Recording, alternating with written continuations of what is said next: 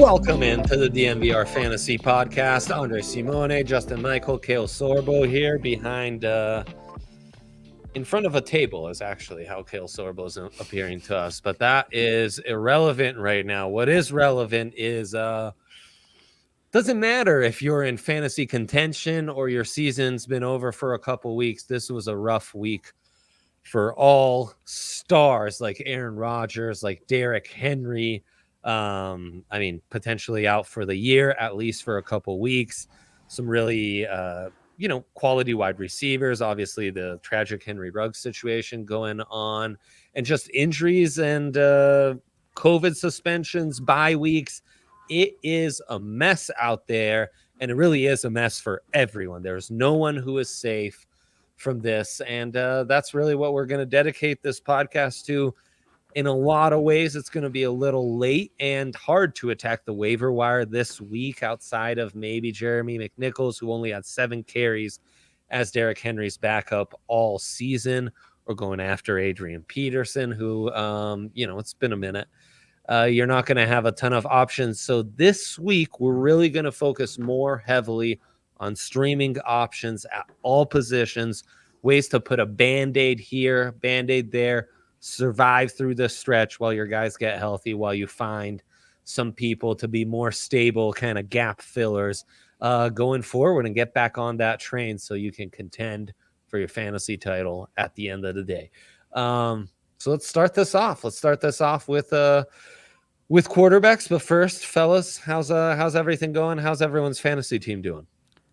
Doing okay. Got through the buys on a little bit of a losing streak in one of my leagues. Decided to go rebuild in my dynasty league, but my main league, I'm 6-3, just 6-2, just still kicking. Okay. We're doing okay. Number 1 seed right now. We'll see. Tough couple weeks though. It's everything was smooth sailing, and now you've got 2 losses. What happened there? The one bye week hell. And I had a really tough loss one of those weeks. I honestly am not as good as my record shows.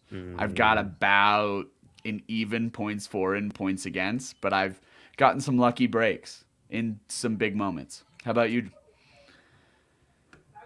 I lost Aaron Rodgers and Derrick Henry this week, so that's about 55 to 60 points a week just out the window. So this is a very timely podcast for me. We can talk about what I did to fill those gaps, which was essentially just add the players that are taking over, and we'll see how that works out for me. But I do like Jordan Love at least going up against this Chiefs defense. I mean, it's not like they've stopped anyone. I've seen Jordan Love up and close. I covered him when he was at Utah State. He throws a nice deep ball. I mean, he's a guy that can stretch the field on you. I'm really interested to see what this kind of week looks like and how it impacts my fantasy season and how it impacts Aaron Rodgers' future in Green Bay and all kinds of stuff. Couple things excite me about Jordan Love. There's no tape out on him, and with high-end prospect guys, he was a first-round pick. Usually that helps. And number 2, I don't think it's that hard to tell a guy in practice for a couple weeks, hey, throw it Daniel Sorensen. You'll complete passes. I don't think that's that hard. Yeah, I mean, that matchup against the Chiefs is extremely intriguing. You look at what Daniel Jones was able to do, a guy who in a lot of ways has a comparable skill set, I would say, to Jordan Love, right? Like, he's mobile, inconsistent, but like good frame, can move around, can take those checkdowns, can threaten you deep from time to time, at least on a go route, can let your guy high point it. He is extremely intriguing, and I'm glad you brought him up first because he really is the guy. But if we want to go with the route of you don't have to, there's not much of a game plan to go off of, there's not much tape, PJ Walker would be very intriguing here. The upside with his legs, as we've talked about, is kind of nice too. Exactly. The upside with his legs is very nice. The concern's the Patriots, who I think have sneakily done a good job of game planning for quarterbacks like Prescott in that impressive Cowboys near loss this last week against Herbert. I thought did very well. And I think PJ Walker is going to have a rough time against that Patriots defense. So I'd probably opt for Jordan Love between those two. But you're right. You do want to zero in on guys who can move. That's the beauty of these streaming options at quarterback. You do have some mobility here. Yeah, for sure. I like Jets a lot of great superstar streaming Mike White. options. Mike White, not bad at all. I last week I was torn between Cooper Rush and Mike White. I went out on a limb, started Cooper Rush, but Mike White actually just as good, if not better. Yards. Yeah, he was outstanding. AFC Player of the Week. Western Kentucky, man. They sling it around there. You know that, Justin. Maybe this is off topic. I remember like 2.5, maybe this was 3.5 years ago, before his senior season, where everything just like fell apart. There was like random buzz around Mike White as a first round quarterback that like happened, and then like obviously he was horrible his senior year, and it never materialized into anything. But maybe we're seeing some of that. Who knows? I mean, he's not terrible. It's the short week that's going to scare you, and it's having to make the decision within the next. That's what scared me off. Hour. I originally signed Mike White and then went back on it and signed Jordan Love instead. Well, and it could be one that I regret, but I like the matchup a lot better the more I thought about it going against the Chiefs, and I like his playmakers better. I mean, I know they're missing Tanyan, but still got Devontae Adams on the field, still got Aaron Jones on the field. That's better than anybody that Mike White is playing with in New York. What I kind of like about Mike White this week, though, is the defensive style matchup sort of suits well to what we saw last week. They play a lot of the too high shell, trying to take away explosive plays in Indianapolis. That's sort of their bread and butter, and then they really rely on their linebackers, which are really athletic, to just kind of make holes and keep stuff underneath. What I like about that is Mike White, last week, the Bengals play a very similar style with those too high shells, and Mike White just took what was in front of him. He wasn't trying to hunt. He was like, look, I'm a limited quarterback. I'm going to take that. A lot of 5 yards, a lot of 10 yards, a lot of couple yards with some yak here or there. I mean, I think half of his yards came after the catch last week.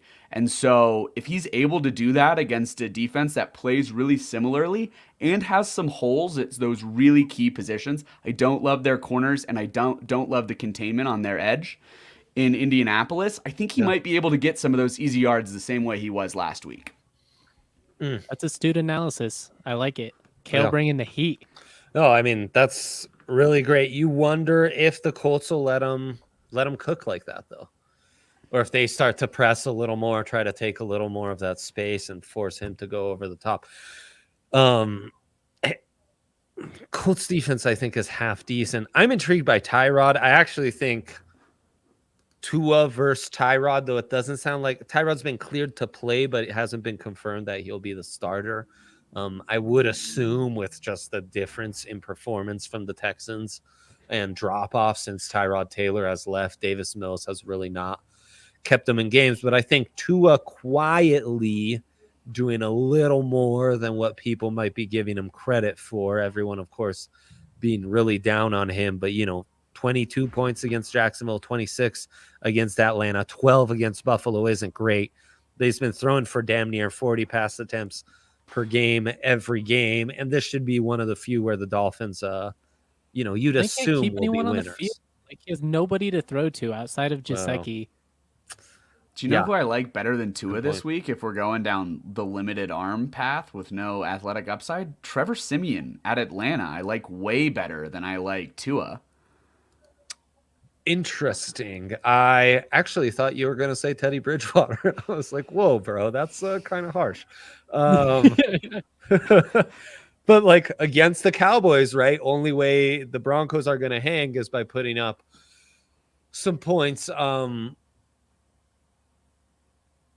think for the most part, those are the names that are going to be out there. You could dabble with the Browns. Some leagues you will see Baker, Case Keenum there. That's going to be an intriguing matchup against the Bengals, though they're certainly dealing with a ton of injuries at the skill possession. Still, I don't know. Right. So Geno's also still in the mix. Yeah, go ahead, Ken. So Justin, obviously you decided Jordan Love to fill this hole. If you had to fill your quarterback hole this week, Dre, who would you go with? a streaming option as your number one? It is between Jordan Love and probably Tyrod at this point, who, 23 points in this first game that gets injured on the second. And you're playing a lowly Dolphins team, but without having the certainty that he will be on the field. I guess I too would go with the unknown and Jordan Love. I will say this: if I feel really good about my team and I need a slightly safer option, I'd go Jordan Love, maybe even Mike White, Tyrod. Teddy can work. If I need a little more of a roll of the dice, I need to make some moves. Tua, PJ Walker might be more of my vibe. Let me ask you guys this one real quick, because I'm in a league that has 2 quarterbacks. So I got to start another one. And that now comes down to Matt Ryan or Teddy Bridgewater. Neither option of which I love, but I think both are probably better than anything I could pick up off the street. Teddy, I would probably go because I think the Broncos are going to be playing from behind, so they're going to have to throw a lot. Matt Ryan, this Saints secondary is playing out of their mind right now. Yep. That's where I'm at too. It just feels so counterintuitive to play really any Broncos right now with the way that the offense has been. But I think you're right. They're going to have to throw. So fantasy wise, might be able to sneak, a 20, 25 point week out. So the way I look at this quarterback thing is when I'm streaming, I'm not looking to replace one-for-one production because that's not going to happen. I'm trying to fill production across my whole lineup. Stay afloat, yeah. So I'm probably actually looking for a floor play at QB where I know, okay, you're going to have this many points. So that's why I'm probably a safer bet going with someone like Trevor, I would think, where he's going to get those completions. The offense is going to be run. It's going to be easy, and he's going to put up. Maybe he might not have the upside of a 30-point week like a Jordan Love would have, but he's going to put 15. And then I'd look at streaming a defense I really, really like and maybe adding someone in my flex that I feel like I can get some upside out. Maybe play for an upside pick with my bench in my flex spot to try and raise that, to try and bring all of that up, and actually play for more of a floor play than a ceiling play at my quarterback position.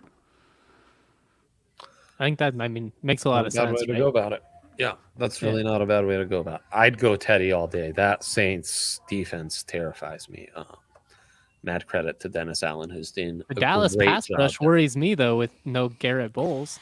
Here's Seth Dieter with a comment. He asked, what should I do about Aaron Rodgers? And then he said he picked up Taysom Hill. I'm not sure Taysom's going to be healthy. Yeah, that's gutsy there. And I think you've got some safer options out there, Seth. So any of the quarterbacks we talked about, I like that play better than Taysom Hill. Absolutely, including Mike White, who seems crazy, but he's starting in an hour, and I don't think that's insane.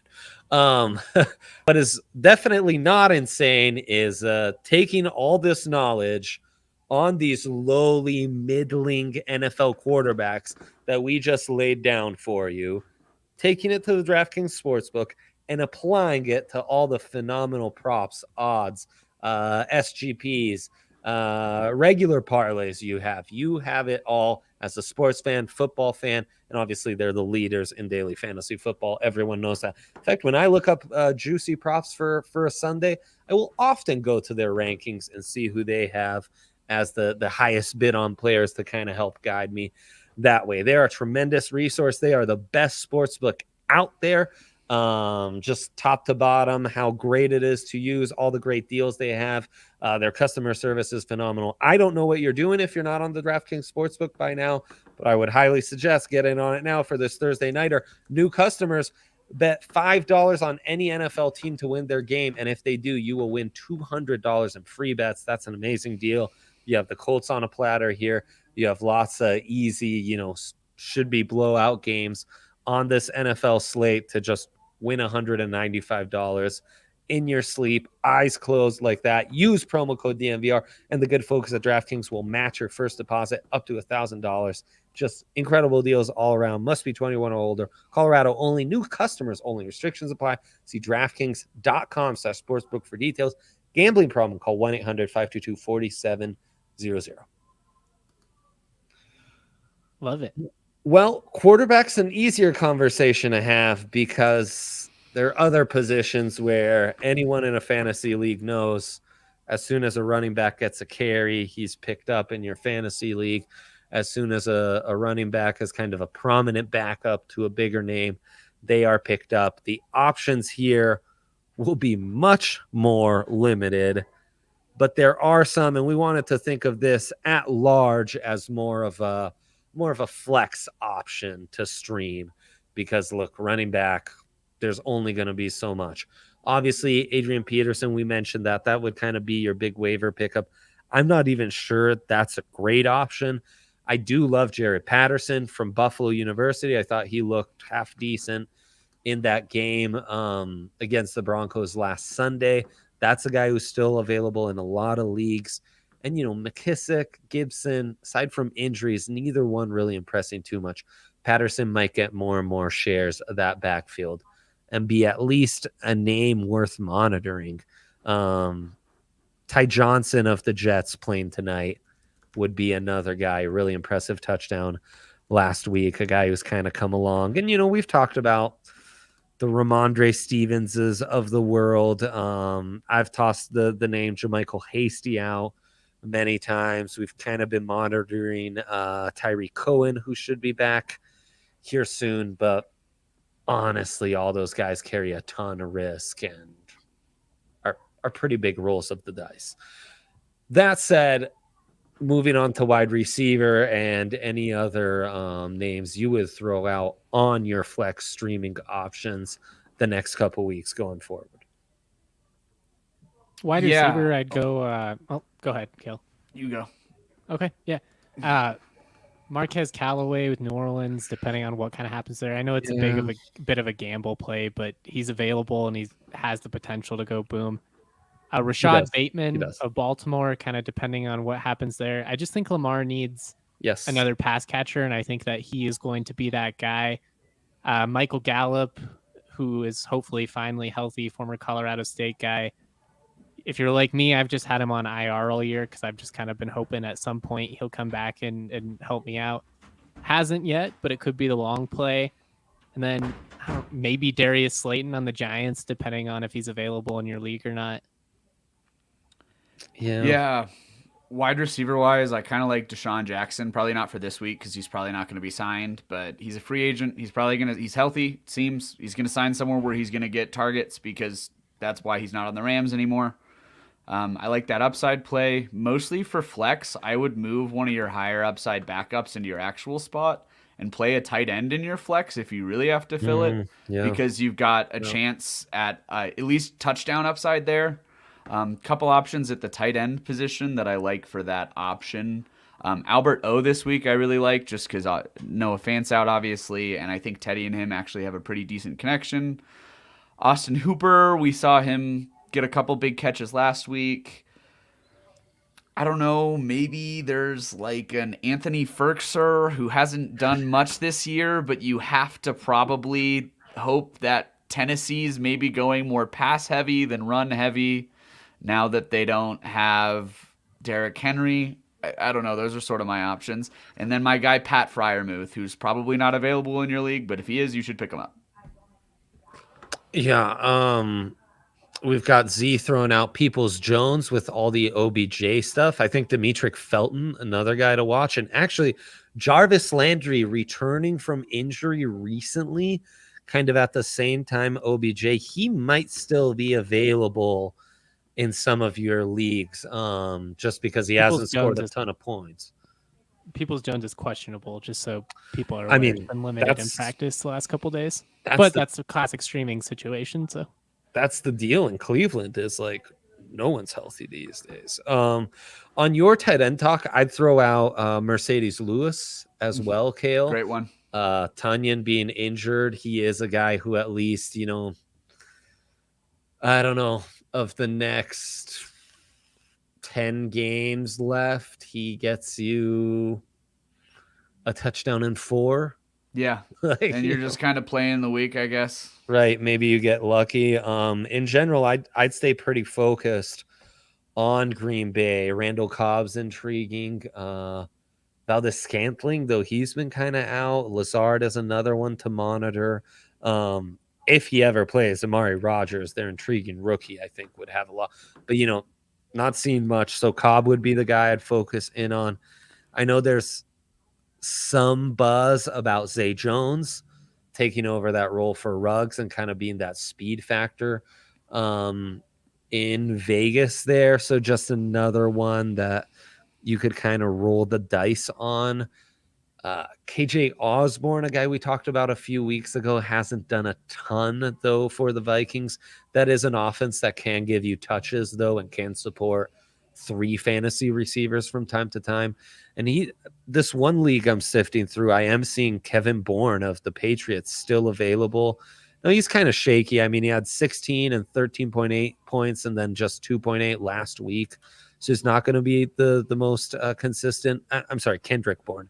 But he does seem to be the favored target for Mac Jones. So if you can find him, I would definitely target him heavily. Actually, Mac Jones kind of a streaming option at quarterback we didn't talk about, but it's not like he's been lighting the world on fire, though that offense is putting up points. He's kind of been in the mid to low teens. He could be an intriguing option there. Love it. All the above. Let's hit some of these comments because I know Zach's active here telling us he likes Renfro more than Zay Jones. I do as well, but I doubt he's available. Yeah. In PPRs especially, Renfro has been one of those top performers. Honestly, of all the names we've made, I think easily the most high upside is Rashad Bateman. Oh, easily. If he's still available in your league, I'd be shocked, but if he is, I just added him in the middle of the show. Oh, I got lucky though. I agree corrected. with you. I did not expect to see him. I mean, guys, available. you just never know. Like Alexander Madison's available in one of these leagues that I'm sifting through and looking at. That makes no sense, but okay. No, with the injuries at running back, it's absurd that someone like that would still be available. That really goes to show you how different leagues can be no matter what. Do we want to get into this trade scenario that Z threw out for us on the Dynasty? All right, so after going 3-0, I'm now 3-5, and I'm going to lose again in this league. With it being a Dynasty league, I decided to play for next year. Good move.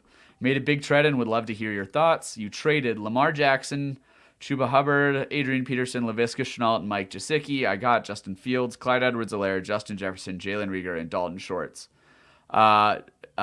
Justin Jefferson, Justin Fields, and Dalton Schultz make that a good trade for you alone. Losing Lamar sucks, but Justin Fields is probably going to be one of those guys in the next couple of years anyway. I think that's a great trade. Losing Lamar sucks. And in dynasties, I do think quarterbacks carry a little more value because of the longevity of the position. A blue chip dynasty wide receiver just starting his career like Justin Jefferson's kind of the only way you can justify and swing that. And then, some interesting rolls of the dice on guys like CEH, Fields, Reagor, and even Schultz. I hate giving up Lamar. I hate giving up Lamar. Yeah. And Shenault, Viska, who's had a nice season, but you're probably selling high on Chuba. Obviously, being able to flip Adrian Peterson from street free agent in a dynasty is like genius stuff. And I'm not a Gesicki believer. Neither am I, especially in dynasty, but that's okay. I think I was kind of a throw-in. Yeah, that's true. But this is kind of the season where you start to assess, well, do I still want to be in the hunt, or is it time to punt on this season and kind of start anew? And trades like that can be intriguing. And while it does suck to burn your best player, when you do that, you want to make sure you can add, 4 or 5 building blocks. And that's what Z was able to do there. Justin Jefferson's going to be a 30-point a week wide receiver 1 for the next 7 years, though. Yeah. I mean, so it's like getting Devontae Adams 5 years ago. I'm not sorry for you, Zach. You're right. Losing Lamar sucks, but I think that's a good trade. The only thing that worries me, and I guess you could use this as a selling point too, is that he's not going to be under Matt Nagy anymore. Is just the uncertainty of the Bears franchise and like where is the direction of the offense heading? Who are they bringing in? If You they ain't kidding, man. if they botch this, maybe they hire a Vic Fangio type defensive minded and they bring in an 80-year-old offensive coordinator, like that can really derail that type of stuff. And I think Lamar and Baltimore, they've kind of hit their prime in terms of like they know what works well. They've drastically improved the passing offense. I'd be hesitant. As much as I love adding everybody, I know you already made the deal, but just my honest assessment, I'm a little worried about what you lost at QB, but you got a haul, and that's how these 100%. Trades work, right? Like you're always going to be upset with a little bit with what you gave up unless you just completely job someone on a trade, and that's rarely how it works. So especially you got to give something to get something. Yeah, hit us with any start-sit questions you have, Trey. We'll stay on for another few minutes because I want to hit streaming options on defense before we leave. But just to rebuttal to your point, that's great. That is how you sell it, like as you're trying to add Dalton Schultz, you're saying, look, we don't even know who the coach will be for Fields next year. Could change the scheme and totally take his value away. Flip side is they hire someone like Greg Roman or whatever, the guy calling plays for Lamar. Just get it right. Right. We're taking off. Win. Yeah. Right. So it is a roll of the dice with these non-established players one way or another. But what I've learned from Dynasty is like, you'll be surprised how much these assets appreciate pretty quickly over the years, I mean, I took Jalen Hurts in the last round of our rookie draft a couple of years ago because nobody wanted him, thought he was gonna play, and he's been my QB1 all year. So you just never know how those things are gonna change. And Jalen Hurts might not be a QB1 next year. So Dynasty's all over the place. Right, 100%. Worst case, you can always flip Fields next year if it's looking like I'm not sure I like this. He'll still have enough value and intrigue at that point where it's like we'll just go out and get somebody else, but. It could totally pan out for you. Okay, let's hit these questions first. I don't know. Looking at it right now, it almost seems like there is a clear, obvious number one choice for streaming defense this week. Like usually we could chat about several different ones. It's the Patriots this week. It's the Patriots. I was going to say, if not, it's the Dolphins. Yeah, those are both good choices. Automatic. Yeah. So yeah, let's hit these fellas. So Trey says, perfect. Got 2. Full PPR, flex 1. Eli Mitchell, Chase Edmonds, Khalil Herbert, or Pittman. And that's Eli. Eli threw me off, but that's Elijah Mitchell, the running back for the Niners. He's just abbreviating Elijah. I like Herbert. Khalil Herbert. I was going to say Michael Pittman. I like Michael Pittman a lot. He's really looked like the product coming out of USC the last couple of weeks. Yeah, Pittman's coming on in a major way. I think he'll have a big night, so he's definitely someone I'm locked in on. Edmonds can be so wishy-washy, and him and Mitchell. But he's in the end zone so often for them. Bro, and if you only saw his highlights on Red Zone, you think he's the next CJ 2K, he's insane. He's just not consistent. And then Herbert, Monday night against the Steelers. I would go. That front's playing really well. I'd go the safest options, and those feel like flex 1, huh? I'm going Khalil Herbert. That's what I would do. I'll go Pittman. I'm sticking with Herbert. I like that you get the potential of rush yards and he's good for 4 or 5 catches a night. He's one of their biggest red zone targets, but Pittman, I think it probably has the highest ceiling, right? This would be a floor play. Or Edmonds, maybe. I guess he could always go off, but then you're gambling on him having one of those 40-yard touchdown plays, which very well could happen, but you just never know.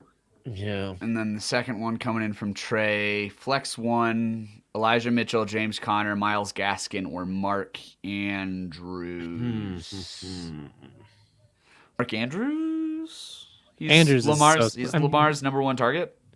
He's good for 10 to 12 points a week, more if he scores a touchdown. Yeah, I mean, my only other pause would be James Conner, who's been just getting in the end zone at will and kind of look like the perfect complement to that like spread out finesse speedy offense. It's almost, what's weird is he almost doesn't, it's almost like he fits better next to Rondale Moore in a backfield than anything else just because of their size, but we won't get into the weird. He looks like lean and mean with that number 6, man. But yeah, I got to go with you guys on Marc Andrews. I think just barely I'll give him the edge on James Conner. But James Conner, I mean, he's been really consistent. The last 6 weeks, he's only had 1 week where he didn't go double-digit points, and he still had 9.2 against Cleveland, over 15 in 2 of those games. Like, he's putting up some... I don't know, Trey. You might have just talked me into James Conner just because I like his touchdown potential more. Yeah. But... Well, that's the thing. Well, Marc Andrews, too, as good as Andrews is, you are rolling the dice on him getting in the ends. Like, all these tight ends, that's just kind of the dealio as Kale was hinting at earlier. And then quick, chiming in on Z could have gotten Lamb instead of Jefferson. I like Jefferson more. Yeah, it's a more delineated, like, we know you can produce in that offense. Lamb, as long as Amari Cooper and Gallup and Schultz are in there, and Zeke and Tony Pollard, you will always be concerned of how much, what percentage of that offense can he guarantee you? Jefferson's just one of those, like, don't get me wrong, CeeDee Lamb's awesome, and he has big play potential. He's one of the more explosive guys to watch with the ball in his hands, but Jefferson's just one of those dudes that can moss you in a way that like a lot of receivers can't. The contested catches, he's got great hands, he's tough, and he plays with some swag. I know CD does too, but I don't know. I'm all in. Maybe it's just the Vikings nostalgia and thinking about like OG Randy Moss that has me excited, but I love him. I love watching Justin Jefferson play. He was I think it's so funny the revisionist history that happens through all this. We probably should have looked at Justin Jefferson being like an all-pro as a rookie and then like just looked at us and gone, the wide receiver who was clearly better than Justin Jefferson when they played together in college? Maybe he'll be good in the NFL. I don't know. Probably should have thought of that. Preseason was weird, remember? Because he had like a bunch of drops in preseason, and everyone was like, "What is going on?" Even I found myself questioning it. And then week 1, he just goes out and does his thing. It's like, oh yeah, he's really good. Can get some good value on Connor, 2+ touchdowns on DraftKings, number 1 in the world. Awesome. Guys, this was a blast. Chat was awesome. Thank you all for participating, for tuning in. We'll be back next week. Best of luck. Get those rosters finalized and submit those lineups now before Thursday night Jets-Colts starts here soon. Fellas, thank you. Best of luck to you on your fantasy teams this week. We'll catch you next week. Well.